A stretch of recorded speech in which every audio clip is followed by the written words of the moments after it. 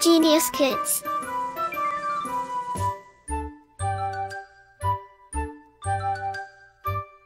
Cultivating love for learning. Chapter 1. A Girl with a Basket. I had left New Delhi for the Himalayas. I was going as far as Bareilly by train and then by car to Ranikhet, an old British Army hill station located on a 600 feet ridge opposite a 120-mile stretch of snow-capped Himalayas. The train was slow, and it stopped at all the way stations. At every stop, I swung open the door of my compartment and walked the platform.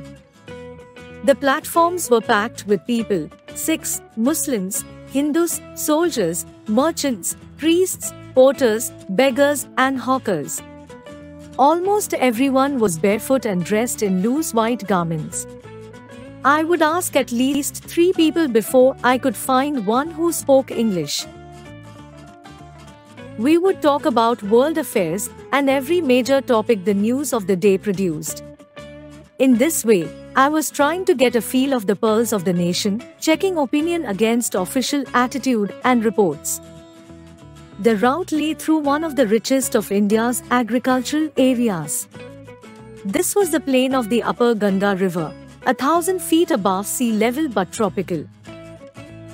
The Ganga was brown silt, swollen with flood waters, its overflow inundating thousands of acres of rice. To the north were jungles, great expanses of grass higher than a man's head and unbroken, except for an occasional clump of trees, the home of tigers, elephants, pythons, and cobras. Everywhere else, there was flat land running to the horizon, but dotted here and there by the sacred banyan tree or by rows of pakar trees, shaped like elms and having thick twisted trunks. Hot, humid air was moving in from the southwest. Monkeys, some of them mothers with babies clinging. Word meaning: stretch, to extend, inundating, to cover with or as with a flood, sacred, holy. To them and riding underneath, swung off trees at the stations looking for food. The villages we passed had walls made of mud mixed with water and cow dung. Their peaked roofs were thatched, bundles of grass tied to bamboo poles stretched across the rafters. That day the pumpkin vines that grew over them were in bloom, trailing streaks of yellow over drab walls. At one station, my routine of talking with the people was interrupted. As soon as I alighted, a group of young children gathered around me. They were selling baskets, hand-woven reed baskets with simple designs and patterns.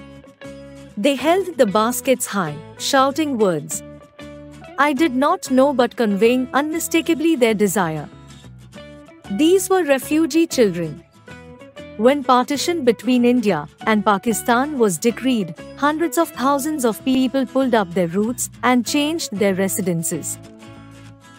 9 million people left Pakistan and came to India, driven by the fear of religious fanaticism. They were poor people to start with. They were poorer as they began their long trek, for all they could carry was a bit of food and a few belongings. Soon they were out of food.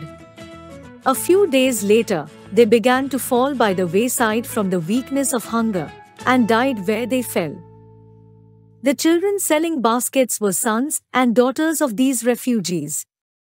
They, or their parents, or relatives had gathered in the cities, setting up stalls, manufacturing simple articles, trying to make a living in markets already overcrowded. They lived in cloth and grass sheds that lined the streets. The peasants among these refugees had been accustomed to little all their lives, for the annual income of an agricultural family does not on the average exceed $100 a year.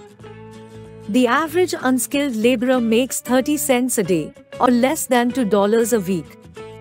There is one meal a day, an onion, a piece of bread, a ball of pearls with milk, perhaps a bit of goat cheese.